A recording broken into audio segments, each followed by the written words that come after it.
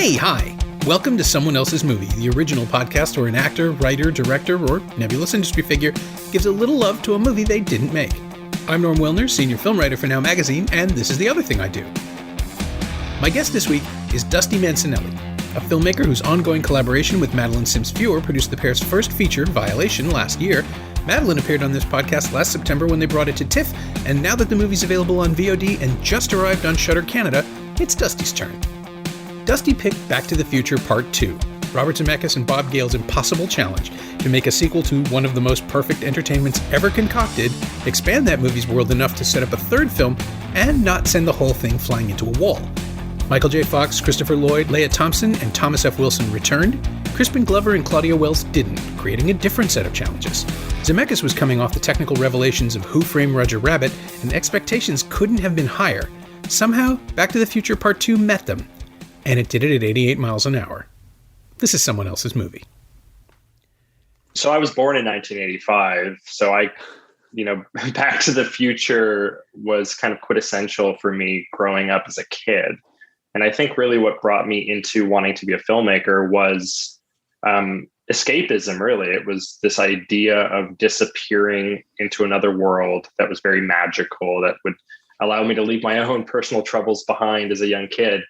And there was just something so imaginative about both, the whole trilogy, but specifically the kind of recursive nature of Back to the Future 2 that was just really satisfying as a viewer, and made me want to be a filmmaker, made me excited to want to tell stories, even though the films that we've made, maybe you can't see the influences there, but it's it's also, the score, like Alan Silvestri's score is just so gripping and magical. It's really remarkable how that movie makes me feel. And I guess now as an adult, I revisit those movies every year, several times, because they hold a really beautiful nostalgic feeling for me, where they're able to bring me back to that feeling as a kid. And I think that's also just the power of cinema, is that when you think about your experience watching a movie, so much of it is tied to who you were at the time. Oh, yeah. And then there's something really great about revisiting films as you get older and your view of them changing because you're evolving as a human being. Yeah. And in movies about time travel sort of lend themselves to that anyway, right? Because it's all about confronting some version of, if not yourself, then the world you came from or the world you're going to. And the beauty, of course, of Back to the Future Part 2 is that, the first movie doesn't need a sequel. It just doesn't. It's a perfect box. I love it. I know there's a whole generation, probably yourself included, right, that grew up with the to be continued thing at the end of the video, which was added after the fact and isn't part of the theatrical cut. And so the fact that they did make two more and that they are as good as they are is almost nothing short of miraculous. I mean, as a trilogy, it's incredibly satisfying. But the second one, it was like a revival, like a religious experience. Not only that it was working, but that it was funny and that it was entertaining and that the time travel mechanics were somehow adhered to. The rules don't change, but they get more complicated. And yeah, I cannot imagine watching that as a budding filmmaker and trying to figure out how to make that happen, how to do that again, because it's so insanely, infernally complex. What I found so interesting was hearing Bob Gale and Zemeckis talk about the end of Part 1 was a joke that they thought would be a funny way to kind of end the movie on this kind of cliffhanger. And now as writers, they've written themselves into a box because they know now that they have to start the second movie that way. And it was just so interesting to me that they would then it's such a smart way to plan a sequel where you're trying to revisit the actual first movie in the sequel in a way that really plays as the highlights of the first, the Johnny Be Good, the clock tower, and all those really fun moments that we think of when we think of a first movie. Yeah. It's a greatest hits, right? But it also plays with an urgency that even the first film didn't have, because I've said this on the previous Back to the Future episode that this podcast has done. That was my film school, basically. I went and saw Back to the Future at least weekly for the entire summer of 1985 just to see how it worked, because I couldn't believe how good it was, how satisfying it was, how it works on every level. I just started to, at one time when I went, I was by myself. I couldn't get anybody to go with me. I usually managed to talk someone into coming. And then towards the end, like late August, early September, it's just like, I'm going to go myself. So I watched it in a shoebox at the Eaton Center, and there were maybe 5 other people there. I would go every Tuesday because the tickets were cheap. And I just watched Christopher Lloyd. Like, I just paid attention to him because how he managed the mania and how he attenuates his panic, because Doc Brown is always operating at 9 and sometimes goes to 12. Yeah. But that is like, that performance is just a masterclass in holding the screen by simply moving your eyes a tiny bit. And then watching him in 2, where he's even more manic, but he doesn't have the makeup to deal with in the older scenes. So he basically just always looks the same. And again, it's that simple in-universe excuse of, oh, I made myself feel younger because we can do that in 2015. Boy, that would be nice. But the like, so many of the things they expected just didn't happen. It's just so depressing. But I mean, well, except for Trump, which is crazy. Yeah, that is something. Trump and Rob Ford too is something we really need to talk about. And Doug Ford, I suppose. That the only things that Back to the Future 2 got right were the negative things. Yeah, stuff is more expensive and idiots are in charge. That's right. It's crazy. Like, in many ways, the movies shouldn't work. There's so many, like, on the page, when you think about what's actually happening, even the unlikely relationship between this, like, really old eccentric man and this high school kid, which is never fully explained, except, they joke about him being his uncle. And like you said, I think, Christopher Lloyd's insanely manic, eccentric, kind of idiosyncratic performance is so charming somehow. And it works so well. And I also just love how this movie, how the filmmakers just had to kind of re-envision it through casting a bunch of times with, replacing Eric Stoltz, which is crazy when you hear that they shot this movie without Michael J. Fox for so many weeks, and then realizing, oh, we got to go back and redo these shots. Or in part 2, replacing Claudia Wells with Elizabeth Shue, right? And you're just, if you go back and you rewatch, you're like, oh, that's crazy that they would just have the guts to go and do that, or flipping an actor upside down, because went a little nuts. No, it's a bit. Sorry, what was I trying to say? The amazing thing about it is that the revisionism works within the reality of the film too, because you could maybe make the argument that Jennifer looks different because of Marty's activities, although it's a long shot. I remember someone trying to insist on that in '89. It's like, well, he changed things. It's like, yeah, but he would recognize that change. And it's weird because she's just, also because they didn't get Claudia Wells and they don't know what to do with Jennifer's character, they do have to sideline her very, very quickly. Yeah. But the time travel. Yeah. I mean, the time travel in that movie doesn't work, but I love to talk about why it doesn't work, but yet how we don't really care that it doesn't work, because the question of does time travel even exist, I think is so debatable. And I think it sparks our imaginations in a really interesting way. So it allows for every audience to interpret and come up with their own kind of explanations, which is kind of what makes the movie so great, is when you hear people rationalize, oh no, but the alternate timeline means this, and it's ways to justify how the movie actually works. But I'm curious what you think, and if there's like plot points or things that stuck out in the second movie that you feel like, okay, this is like a fundamental logical fallacy here, but somehow I don't really care as a viewer. I can't think of anything, honestly. The groundwork is laid for the sort of the fungible timeline in the first movie, but what is introduced here with an alternate timeline, that's new. That the idea that,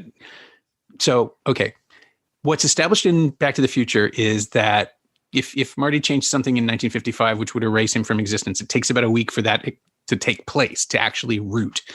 So you could make the case that he is creating a single unbroken timeline where previously he didn't exist. Now he exists in 1955 and he's ruining things. So obviously he has to correct those things to make it possible to return to his 1985. Otherwise, it just won't be there. That lines up with what Doc says about the alternate timeline in Back to the Future 2, where he says, no, if we go forward, we're only going to end up in the bad place. We can't go back to a reality that doesn't exist anymore. So by drawing the alternate timeline as an illustration, he ruins it conceptually because people think there are two. It's the same branching timeline argument they bring up in Avengers Endgame to refute Back to the Future, which doesn't actually work in that case either, but nobody cares because it's about, a happy ending and saving the world. Same thing here, right? Like you can look at stuff and say, oh, but Doc is wrong. Like he just doesn't get it. And that's fine because by the time we catch up to it, everything is where it needs to be. But the genius of it is that it follows Marty exclusively. If it had branched off, except for the one scene where Biff time travels. Well, so that's the one I want to bring up because I think your interpretation of this single line timeline is correct. And I think that what they did was a magic trick with Doc Brown drawing the alt universe because it allowed you to shift your focus for a moment and go, oh, wait, yeah, that makes sense. Right. But how could Biff steal the time machine, go into the past, and then reinvent a whole new timeline, but then return to the original future that Doc and Marty were in? This is where my time argument comes in. This is where my 1 week argument comes in. Biff wasn't there long enough to lose his future. So I don't know that it holds up. I'm pretty sure it doesn't. But in my head, it works because it took so long for the effects of Marty's misadventures to reach back to 1955 and start to erase him. Like it takes a whole week for it to catch up to him, where obviously it should be instantaneous. He simply shouldn't have existed. Well, there are deleted scenes. I don't know if you remember them in part 2 where Biff disappears. Yep. And if you watch it, it makes sense because, all the shots of him returning to the future, he's in a lot of pain. He breaks his cane and we're like, what's this about? And then they never go back to it. But in the deleted scene, he sees his hand, I think, disappearing. Yeah. But that's why they had to cut it, right? Because they realized that it doesn't make sense. It would make people think of Marty. And that's right. Yeah. So by pulling it and just looking like he's had a heart attack or something, I mean, I knew what it was because I had watched the first one so many times that I know that's what happens when you're erased from existence. But I'm willing to go, okay, well, they'll have a reason for it. And the reason is they want to make more movie. Exactly. It can't just end here.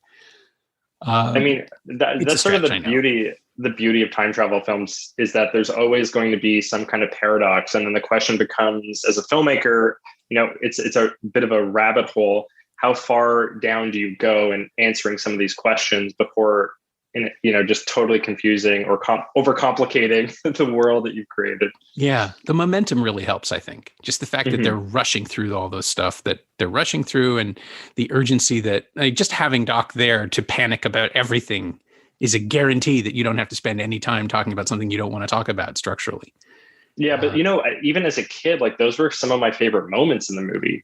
It's like the idea of the impossible. Oh yeah, and even thinking about this film as a science fiction film, so much fun is exploring these abstract concepts and trying to apply them to your own life. And I think there's a lot of fun in just the way this movie kind of deals with that. Yeah, I don't know if I've discussed this before, this one plot point. I probably didn't, and I'll probably cut it again because it always feels weird to talk about it. But it just like coming out of it, Back to the Future really landed for me because my parents had a really ugly divorce, just a lot of anger.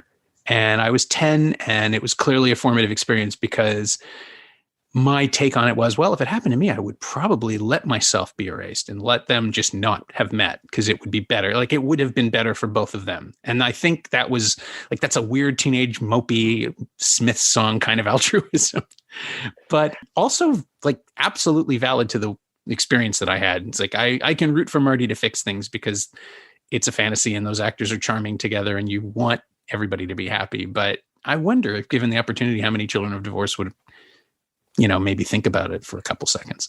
I mean, that's really interesting. I relate to it. I mean, my parents divorced when I was younger, though I would say that I had a very unusual experience where I was not rooting for my parents to kind of work things out, because I think I quickly realized that they were not right for each other, and that we would probably all live healthier, happier lives with them kind of apart. I know that feeling. And so I didn't romanticize like them together. But it could also be that there was just so many years of like just negativity and, you know, bad experiences. But yeah, divorce and as a kid is really, really tricky to think about. Yeah. And those early scenes of an unhappy marriage in the first film, and then even in the second, when you realize things aren't going as smoothly, you know, like George and Lorraine are happy together, but they're kind of in a rut. Not that that's going to change, but that Marty and Jennifer are risking the same kind of casually boring future. And I mean, it's also, I think it's valid that their kids never become assholes, that's just not a thing that happens. That's something Marty heard from Doc because Doc was freaking out, and it's fine. It doesn't matter. It's another one of those little hand waves where they're not assholes. They're just like Marty Jr.'s doing some dumb shit. That's basically it. I think part of the reason why the movie is such a feel-good film is that it's about the exploration of you reaching your full potential as a human being. And when you look at the relationship between the parents, you know, part of the kind of miserable, mundane relationship they have in the first movie is that you could see that they've not in any way found the best versions of themselves. And somehow Marty is able to spark that, specifically in his father's ability to write science fiction. But there's something in the film, it's small. It's like a really tiny little theme that runs throughout, but it is this feeling of like going back, undoing things in your past in a way that allow you to really achieve something that you aspire to achieve as a person. Yeah. Well, and, you know, I think it's probably not a coincidence that Gale and Zemeckis first started writing this when they were working on 1941, which, you know, it's a fascinating artifact. It's not anybody's fault. It's just this thing that got away from everyone. But I got the feeling that that's where a lot of the sense of regret came from. Like, if we hadn't done this, we could have made the movie we wanted to make right away. And the drafts that it went through and the changes that it went through, it was all for the better. Like, every delay, every rewrite improved Back to the Future immensely. But I think also that would have made it incredibly challenging for them to make 2 and 3 as good as they were, because the self-doubt would be crippling. Yeah, no, absolutely. I read somewhere that they wrote 2 and 3, like that it was actually one movie. That was the original idea, yeah. Yeah, okay, yeah. So they shot it back to back and then they split it up. Yeah, well, it was going to be, I talked to Zemeckis, the first time I interviewed him was in 92 for The Death Becomes Her Junket, and I was just bouncing with stuff that I wanted to ask him, because I was like, I think 26. And it's just like, well, what about this? And what about this? And tell me more about this thing. And I don't even know. And oh no, I wasn't even that old. I was like 23. And he said that they developed it as a single feature. Then they realized they wanted to do so much traveling that it would be like, if they did it at 2 hours, it would just be a blur. So they thought about making it 3 hours long. And then like, that was just impossible. Universal shut them down. They said, no, you make 2 movies, just find a place to break it in half. And he said that if they hadn't had to break it in half while they were writing it, while they were like in deep, he called it deep pre-production, but like they were still writing it. It was nowhere near starting to go into production. He said if they hadn't had to break it, they wouldn't have come up with the extended sequence in 1955 at the beginning of the movie. It would have gotten right to 1885 a lot faster, and it wouldn't have been as satisfying. It would have basically been finding the grave immediately. I think basically like it's the next shot. And it's so interesting because one of the most satisfying things for me in the second film is the ending. There's something just so magical about the letter, like the Western Union guy coming in the rain. You think he's an assassin, and he delivers this letter, and you realize that this was all planned, and him coming back to Doc right after he sends him back to the future, and he's like, no, I'm back from the future. There's just something about just seeing that recursive scene again that's just so emotionally satisfying as an audience. And this third movie, I'm not a huge fan of the third movie, but the first act is so good. It's such a great way to kind of get us back into this world and these characters. Yeah, and it lets Lloyd and Fox just show the warmth that the characters always have had for each other, but because of all the racing around in the second one, it's just, you don't really get to register it the way you did in the first. And just those quiet moments with them in any small room. And it happens over and over again in the third one because the whole thing is small rooms. But like, I think about the scene in Doc's workshop in the first film where he sets fire to the model and Marty calms him down in a really sweet way that just rang truer than anything else in the film in terms of the relationship. And that keeps coming back in 3, and it's in bits of 2, but the mission is so much more important in 2, that it is racing from scene to scene to scene. And of course the ending is such an amazing payoff because that Alan Silvestri score, as you mentioned, has not stopped for like half an hour, and it's just propelling us to it, so that when we get the restated version of Doc sending Marty back to 1985 at the end of 2 from the end of 1, it breathes, and then it just that little shadow of Michael J. Fox running around the corner. My audience screamed with pleasure. Like, it was just everybody going, it's not over. There's more, there's more, there's more. It was just so much fun. That's amazing. Yeah. And the crescendos of the score, I think it is my favorite Silvestri score, the entire suite for all 3 films. I really like Aliens, but. It's just it's amazing. And I do wonder though, like how much of the whole trilogy is kind of the serendipity of the right collaborators coming together at the right time. And there just being this kind of, the whole is greater than the sum of its parts, magical kind of, thing that emerges because you look at some of these elements individually on the page or just the ideas themselves. And I just don't see the magic intrinsically, but even when you talk about just the relationship dynamic between Doc and Marty, it's like, I think so much of that is just, there's this charm and chemistry between these 2 actors that you find so endearing and warm as an audience. Yeah. And, I've seen the footage of Stoltz, and I've talked to him sort of obliquely about it once, the one time I interviewed him, and he just sort of deferred, and it's like, it wasn't working out. And I get it. Like, I don't think he was comfortable in the package, but also when you see the audition footage, when you see the clips of him, it's just like, oh no, they just weren't on the same page. And it really is that simple. Like, Back to the Future probably would have been a fine film with Eric Stoltz. So he would have, like, the script is solid. Everybody else would presumably, because we know they did, have done exactly the same thing they did in the finished film. But Fox's energy, it's how Zemeckis explained it at the time. And so when Eric Stoltz is on the skateboard in the chase scene in the first film, he looks scared. And when Michael J. Fox does it, you can enjoy it. Like, there's a sense of a thrill to it. Yeah. Yeah. And even when Marty is in the second film confronted with like the murder of his father and the institutionalization of Doc and his entire world being ripped away, Michael J. Fox still makes it possible to enjoy the movie, to understand, like I guess because we've already seen history be rewritten safely in the first film, there's part of our brains that knows this isn't going to take.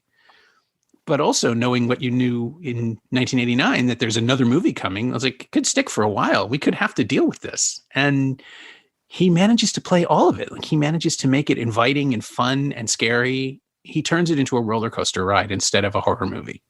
Yeah, I think you're pointing at something that's really interesting that I feel like not a lot of people talk about, which is the relationship between the tone of a film and the performance style within a film that an actor is choosing to employ. And like Eric Stoltz was kind of known for like method acting and like this kind of grounded performance. And I haven't seen any of the footage of him shooting Back to the Future, but what I've read is that it's very serious and there's like a brooding thoughtfulness to his approach. And when you think about, well, what this movie is, it's a fun, like you said, roller coaster ride that's supposed to feel like an adventure, and it can't take itself too seriously because there's too many silly things with just the existence of Doc Brown, for example, in the opening sequence of this ridiculous in part 1 speaker that explodes when he dials it up to 11. So because the film is just so chock full of these kind of outlandish, exaggerated moments, and the score is really elevating that. It's in this kind of fairy tale-esque world. I feel like the performance styles really need to match. And what Michael J. Fox is doing is, though, you believe in everything he's saying and what he's doing it at a level that's very heightened, that matches the tone of the movie really, really well. Yeah. I mean, get that you could see the script for Back to the Future and think, oh, it's about someone experiencing an existential crisis at 17 and not knowing anything about his reality. And there are movies like that, and I kind of want to see one, but that involves time travel. That could be fun. But if you have Thomas Wilson doing Biff as an ape, basically a human baboon, and it's great. Like, I love that performance. He's a monster. He's probably a rapist. He's definitely trying to be one. Biff is a bad person, and I do not wish to, validate any of or justify any of his behaviors. But oh my God, Thomas F. Wilson makes it fun to root against him. Like, you want to see him covered in shit. You want to see him get his face beaten, and you want to see all these terrible things happen to Biff. And that performance can only exist in a world where Michael J. Fox is doing what Michael J. Fox is doing, and where Christopher Lloyd is doing what he's doing. Like, you're right. There's no room for realism in a movie like this. Crispin Glover comes close in the early George McFly scenes in 1955 in the first film. But I think Crispin Glover's actual craziness as a human being bleeds through his performance in a way that it. It's inherently destabilizing. Absolutely. Yeah. And it is like, you regret his absence in the second and third. Well, not the third so much, because George isn't in them really. But yeah, he's so great in the first movie, and it's really sad. I mean, as a viewer, when I was a kid, of course, flipping this other actor, was Jeffrey Weissman upside down. Like, I didn't notice as a kid that they switched it, but as an adult, and still remarkable as an adult watching it, like how the actor gets his voice so well, and how putting a ton of makeup, putting something upside down, you don't really notice. Yeah, but it's an inert character, right? Like, he just doesn't, he barely exists in 2, even when he's on screen. It's true. And then, he's totally gone in 3. And there is something kind of generational that's missing from the third film that you really feel in 1 and 2, where it just becomes like this crazy, which is funny, but this, like, Michael J. Fox playing Michael J. Fox playing Michael J. Fox, like all the lines of just him, which is fun, but it's there's something missing, I think. Too bad, Crispin. I mean, I don't know what the deal was, but all I can think about is that, like, Letterman appearance, which I think was like around the same time. They said it was a salary dispute at the time, which doesn't sound like a Crispin Glover thing, honestly, because I don't think he cared about money that much. He was off making weird musical reviews and stage shows. But the other weird thing about the recursive Michael J. Fox of it all is that they also bring in Leah Thompson, which I don't think that's right. I mean, I think that it doesn't really quite make a lot of sense, but she's a terrific actor, and I love what they do with, the aging. I don't know if it holds up so much when we're watching these digital restorations, but and it's hard for me to think back, because I definitely have seen those movies in print. Oh yeah, but I saw them in 70 millimeter, and they look great. I mean, they were blow ups, but they looked great. Even the digital effects were like the early. What was it called? The Technocrane effects, the early multi-screen. Oh, the Vistaglide. Vistaglide, that's it. Thank you. Yeah. I kept wanting to say Go Motion, and I know that's wrong. They looked amazing. They were seamless in 2 and 3, and you could feel Zemeckis just like being really careful about how he used them, rather than just papering the film with them. Probably because it would have been insanely expensive and impossibly time-consuming. He uses them very sparingly, and he does it so well. There's a few moments now as an adult, I look back and I can see like a slight lighting variation between the cut or a parallax issue on like a box that's not floating at the right space as the other ones. But I think that's what Robert Zemeckis does so well. He's like an exceptionally talented technical director.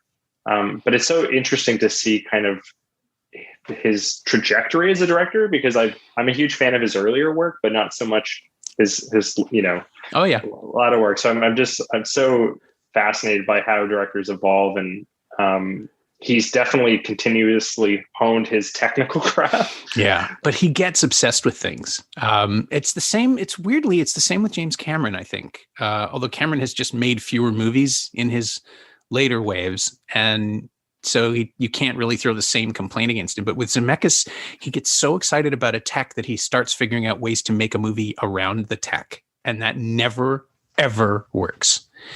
It's, like Forrest Gump's mix of digital and practical that's a good solution for the story that he's already telling. I don't like the movie very much, but it's not because it's boring or unimaginative or dull. It just, I don't like the story being told. I don't buy it. But the idea of, well, what if you could get photorealistic actors against historical figures and all the little things, or just his use of CG for the tracer bullets in the Vietnam sequences, that it all serves the story he's telling. Flight is another one where like his fascination with green screen environments translates into a reasonably interesting story, even though it kind of peaks in the first act and has nowhere to go. But then you see stuff like Welcome to Marwen, which shouldn't exist. That thing is an abomination, but it's like, well, it's kind of like my mocap thing, but I can also do this. And then you see it and it's like, you don't get it. Like, you don't know what the story is about. You just want to impose the tech on it. Yeah, no, that's a very good point. I always wondered if he was moving in that digital realm because he just didn't like working with actors, or he didn't like the practicality of physical production, because there's something really freeing about, being in a studio and shooting things over an extended period of time and not having to worry so much about performance, I guess. Sure. But I love when filmmakers design tech for the movie, like not Spielberg, Kubrick, very different director, developing a lens, for Barry Lyndon, the low light lens. Yeah, Barry Lyndon, the low light lens, which was like working with NASA. It was like I think it's like a 0.7 T-stop or something, which is insane. Well, and NASA owed him for shooting the moon landing, obviously. So that's right, of course. They would do anything for him. Small payment. But I could absolutely see Stanley Kubrick, I'll shoot your moon landing if you build me this thing later. I can totally see him making that bargain. Yeah, that's a great bargain. But that, to me, that's like the magic of like, or the confluence of kind of science and engineering and the creative arts, like them coming together in a way that really amplify the medium, because there's something really just exciting and magical when that happens. And I'm seeing it now with what's happening with the Mandalorian. I don't know if you've seen just how that stuff is shot, which is these really crazy wraparounds LEDs that are so it's practical CG, which is just kind of hard to wrap your head around a little bit. Yeah. Paul Lee told me about shooting his X-Wing scene because I had to know. And he said like he found himself believing it. Like it was so convincing that he himself had a moment of disconnection. It's like, oh, no, I'm just in a Star Wars movie now. That's how this works. And that's amazing. I know, but how do you, well, it's not how do you figure out how to do it, because it really is simply backdrops that are just full motion digital photorealistic backdrops. But the outgrowth of that to a place that works, that fools the actor as well as the viewer, that's amazing to me. And I'd love to sit in one of those for 5 seconds just to see how it plays and how it works. Douglas Trumbull was talking about creating his thing with high frame rate. He believes that there will come a point where a screen is basically a window, where you get a fully three-dimensional, convincing motion graphic reality, and you're just looking through it, and your brain just buys into it. And I think that's for sure going to happen. I don't know if frame rate is really the magical factor in what unlocks it. I think Peter Jackson tried that. The higher the frame rate goes, the more artificial the whole thing feels. That's what it feels like. But it could also be some weird cognitive dissonance with this idea of like, we know we're watching a movie, so we have a built-in expectation that the thing that we're watching is not real. So will there be this line, like an event horizon, a threshold that has to be crossed before we'll even believe something is convincing, where it actually looks very unreal before it just tips over to the other end. Yeah. Well, I mean, I saw Billy Lynn's halftime walk in HFR, and everything looked like sets. Costumes looked like costumes. There was this line that was absolutely crossed where the lighting just stopped being convincing, even though it was the most real depiction of lighting that you could create on a screen. It was bizarre. It just, of course, Anthony Scott Burns and I were talking about this on his episode about Manhunter, and how Michael Mann's obsession with flyweight digital and being, quote, as real as possible has just revealed things that are unreal about his own sets and costumes. Like Public Enemy suddenly looks like a bunch of kids playing dress up, even though if you shot it with 35 or 70, it would look like a movie. It just doesn't work in the application that they've chosen. And the genius of Zemeckis making Roger Rabbit was realizing that you could use the tech, that you could use the same actor rather than replace somebody with a puppet or a tune or anything like that. And figuring out that's how they cracked Back to the Future 2. They didn't think it would be possible until they started seeing the tests from Roger Rabbit. And, that's really interesting. And knowing that Michael J. Fox specifically could do it, like that they knew he'd be able to pull it off.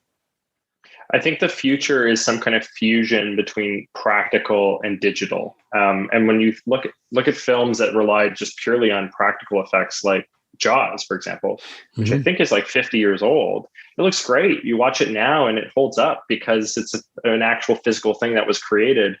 But you go back and watch like the early 2000s, watch a film like the Matthew Broderick Godzilla, which I think was nominated for an Oscar, if I'm not mistaken. It probably was. There was a studio campaigning. It's crazy, but our eye at the time, that's all we had. Maybe that was the best of its time. But the problem with digital is that it's constantly going to outdate itself. But when you start doing these really clever kind of techniques, where these like they're doing in Mandalorian with Jon Favreau, where you're doing these practical digital effects, it becomes hard to kind of pinpoint where that line is. And that's really exciting to us. Madeleine and I, as filmmakers, is trying to find ways to make things as realistic as possible, so that you can really suck an audience in and really get them to forget they're watching a movie. That's, for me, the best experience I can ever have as an audience. Even if I hate the movie, the best experience is the one where I forget my own existence for 2 hours and go on this joyride. Yeah. I have to admit, when you said that, the escapism of Back to the Future flavors your own work and influenced it, it's like, your films are about people who are trapped with themselves. There's no escapism possible. Yeah, no, that's true. I think, again, it's about the audience. Yeah, it's so interesting because the movies just come out and you start to see audiences' reactions and you start to realize, oh wait, we've made a really polarizing movie that a lot of audiences maybe are not ready for because they don't like the way the movie makes them feel. Because a lot of audiences, when you, especially a film like Back to the Future 2, which is such a feel-good movie, commercially successful films operate on a feeling that audiences crave. And when you're not giving them that feeling, the film becomes not for everyone immediately. It becomes unpopular because you can't appeal to kind of too many groups. Right. And that's its own realization we're having, I think, as filmmakers now, as we're kind of, even though I think we knew when we made it, okay, this is going to be a provocative, challenging movie. You hope deep down that everyone kind of will connect with something about it. But I guess we weren't prepared for just the level of the ferocity of the response. Yeah. The audience either love it or they hate it. Yeah. And when they hate it, they hate it. I think that means you got it right, though. I think like the one. Okay, it's not the one regret of this pandemic year, but the one biggest regret I had of TIFF was that I would have come back and watched Violation with the Midnight Madness crowd, because that would not have played for them the way they wanted it to play.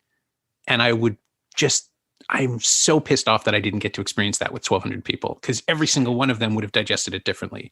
And some people would have been on board and some people would have been repulsed. And you know what? The magic of watching a movie and having a communal experience is that you talk immediately after, and the film is lingering inside of you. So as you're forming your own opinions about it, you're hearing other people's thoughts, and it's shifting your own ways of interpreting and processing things. And we caught a little bit of a glimpse of that at Sundance, because they did a live Q&A, and you could see, like, in the chat window, as depressing as that sounds, of people changing their minds because they were asking questions, and you could hear a real conversation happening about the movie. Oh. Whereas when you remove that, like if we're just in a world where everything is just these at-home personal experiences, and film becomes pure consumption, which is where we're headed, unfortunately. Yeah. Then there's fewer conversations happening even in a virtual space, right? It's just about, like, what have you eaten today? Yeah. And the and how much can you eat? Yeah. And the loudest, juiciest opinions are the ones that circulate because they're the ones that catch fire. And yeah, in the case of something like Violation, I mean, you know what it means. I think I know what it means, but other people are going to think things that are, I mean, I've been watching it on a macro scale with the Snyder Cut thing that's happening around us, the Justice League thing, where people are defending absolutely everything about it because, and I quote, it's an expression of a father's love. And that is not what that movie is. I mean, you could make the argument that the post-production, the reconstruction was all influenced by his state of mind after his daughter's death, which is unambiguously awful and horrible. And no one should have to go through that. But the idea that now it's some sort of inviolable testament to his devotion when the whole thing was shot pretty much beforehand and also is bad. It doesn't excuse the storytelling flaws or the self-seriousness or any of the other things. It's perfectly of a piece with all of his other work. And to say that this one can't be criticized because of the tragedy that post-dated it is impossible. But people are making this argument like really loudly, and it's exhausting to even consider. But it's something that's not in any way rooted with this film, with the object in front of you. Maybe the choice of Hallelujah over the end credits. That's about it. I haven't seen it. You will. It's coming. I'm discouraged to watch a 4-hour movie. Really, when I heard that, I was just, maybe as I'm getting older, I just feel like I don't have that much time, or I want to watch things in chunks. I just think that we're living in a time right now where everything is, superheroes and Marvel and DC, and I feel like fans have really, or the masses have really grown used to wanting that now, and I feel like there's a real hunger, and the fact that they have as much power as they do to demand a cut and the studio listening to them. I don't know. I'm not as pessimistic about it happening, I guess, but I also feel, as a filmmaker, that there's fewer places and platforms and spaces for different kinds of films to be seen. Oh yeah. Like Back to the Future wouldn't have happened in the present landscape. I don't think there'd be a market for it. It's not a familiar, I mean, it is now, but it wasn't. It was an original story with an untested television star, and from the guy who made Romancing the Stone. Like, it would be and Romancing the Stone would be impossible now too. Those were huge.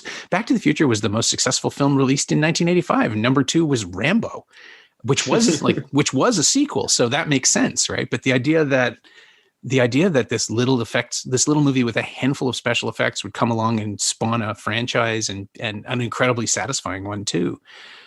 35 years later, it's impossible to conceive of such a thing. And do you think those days are just over, or do you think we're going through just a transitional period, or it's a bump in the road? Yeah, I was going to say 18 months ago, I think it would have been over. Now I don't know, because the pandemic has shaken everything up, that smaller films are being consumed in quantity because they're on Netflix, where they're equalized. Like, everything is whatever is on Netflix. The Marvel movies are on Disney Plus. Everything is available on streaming. But as soon as you stop something, you can start something else. And we've seen the To All the Boys trilogy on Netflix become wildly popular. I don't know if they're financially as successful in terms of driving subscriptions and things, but it's possible to make a series of films that is very small, has people you don't know, and satisfies the audience. And maybe that's what happens now. And I think had the third one been released theatrically for a couple of weeks, they probably would have pulled people to it. There is the chance too of seizing this moment where once we start going back to movie theaters, they're going to need stuff. They're going to need things to screen. And we have seen, these digital film festivals of Blu-ray presentations of classics do fairly well. But if someone decided to make the next thing and build on this possibility, the idea that we aren't just looking for the next Fast and Furious movie right now, there's a chance to expose people to all kinds of other things if we're brave enough. But I don't know that it'll result in good movies. That's the thing that I keep getting stuck on, because the people who pitch are not necessarily the best. Like, the most successful pitch is not the best movie. It's just the thing that's easiest to understand and sell in the room. The really weird, I mean, I can see people walking out of a Back to the Future pitch going, wait, his mom wants to do him. Is that what you're saying? Oh yeah, I forgot about that. Because it's yes. Hugely uncomfortable, and Leah Thompson makes it work because it's adorable. Because Lorraine, it's puppy love, and it works that way. Even though the one real problem, I think, is the idea that Lorraine would have fallen in love with anybody who had fallen out of that tree. Right. Yeah. And it diminishes her a bit.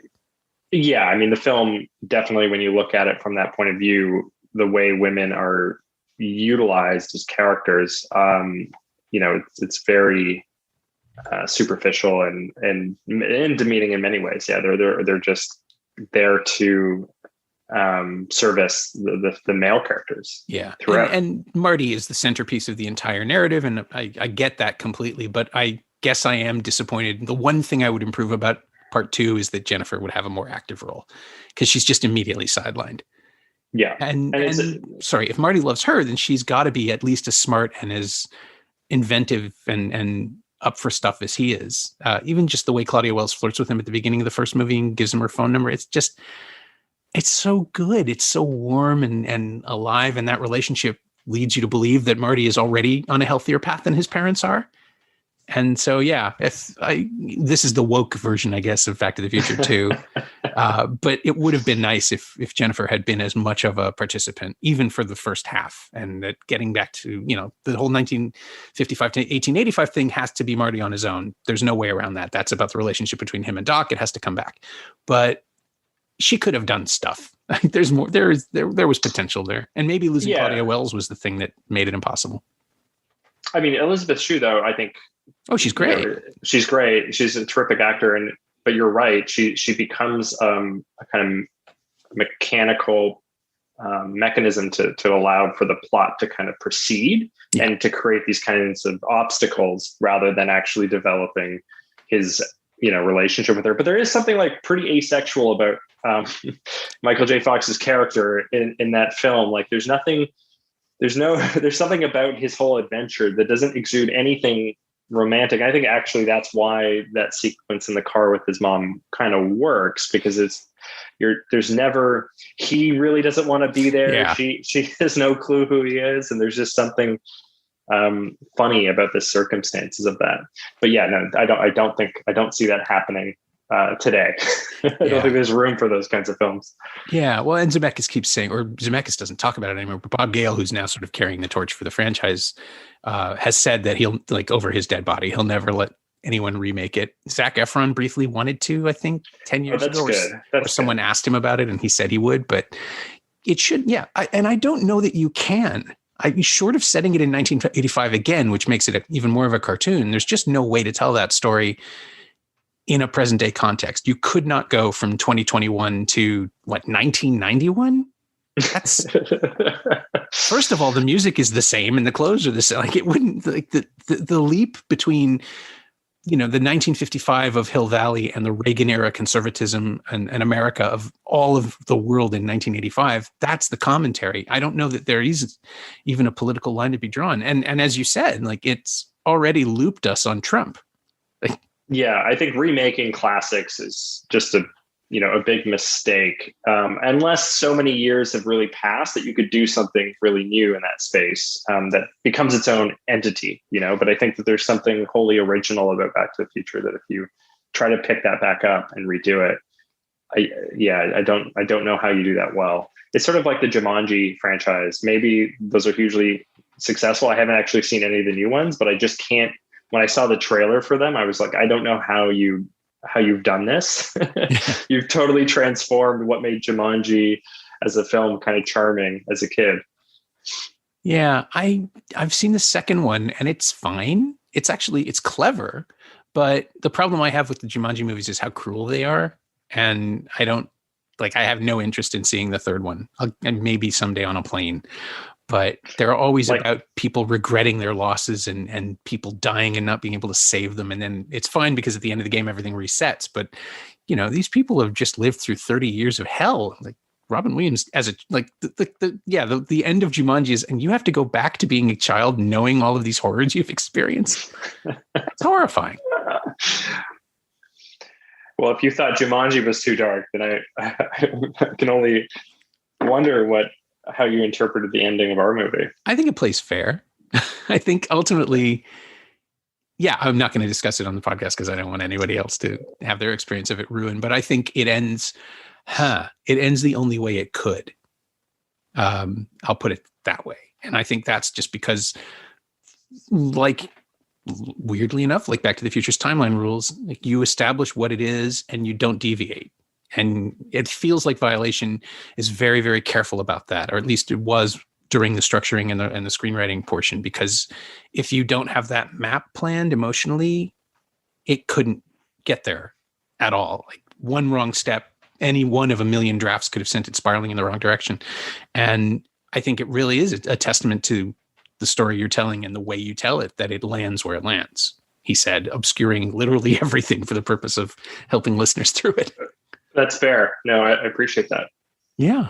No, it's like being punched in the face for a full 100 and whatever minutes.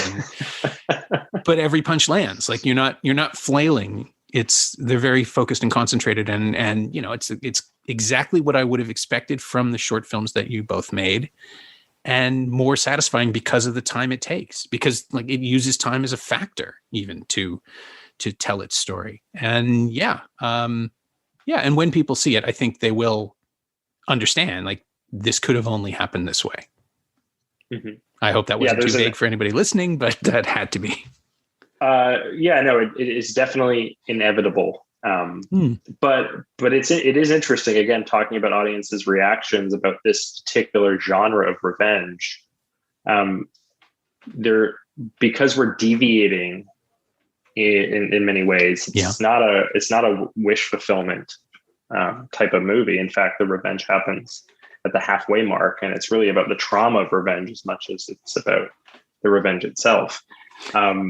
The audiences are, I think, those that go specifically for that cathartic release and not finding it in the way they want to find it, they're disappointed. Yeah. I mean, I love a movie that turns the lens back on the audience and asks if this is what we really wanted. Well, Funny Games did that. And I remember, feeling so sick to my stomach in the last shot of that movie where they just toss her over the edge of the boat. Yeah. And it really disturbed me to the core, and I was horrified by it, and I couldn't stop thinking about the movie afterward. And it made me think deeply about, the way violence is portrayed in film, and maybe just think about how, as humans, we're constantly consuming it at no cost, and how we become so desensitized to it. And that, to me, is the power of cinema, when a film can really challenge your own perspective or the way your outlook, and just make you think maybe more critically about an idea or a topic. And we started with Back to the Future Part 2. That's right. My thanks to Dusty Mancinelli, whose first feature, Violation, starring co-writer and co-director Madeleine Sims-Fewer, is now available to stream on Shudder Canada and a bunch of other Shudders around the world. Thanks also to Ingrid Hamilton. She knows what she did. Dusty's on Twitter at Dusty Mancinelli, all one word, but the account is private. You can find Back to the Future Part 2 on Blu-ray and DVD from Universal Studios Home Entertainment. There's also a 4K edition in last year's trilogy box set. It's also available on Apple TV and Google Play, and streaming in the US and Canada on Amazon Prime Video. As always, you can find me on Twitter at Norm Wilner, and elsewhere on the internet at nowtoronto.com, where I'm hosting a bunch of podcasts these days and writing a weekly Now Streaming newsletter, to which you can subscribe at nowtoronto.substack.com. And you can find this podcast on Twitter at Semcast, S-E-M-Cast, and on the web at someoneelsesmovie.com.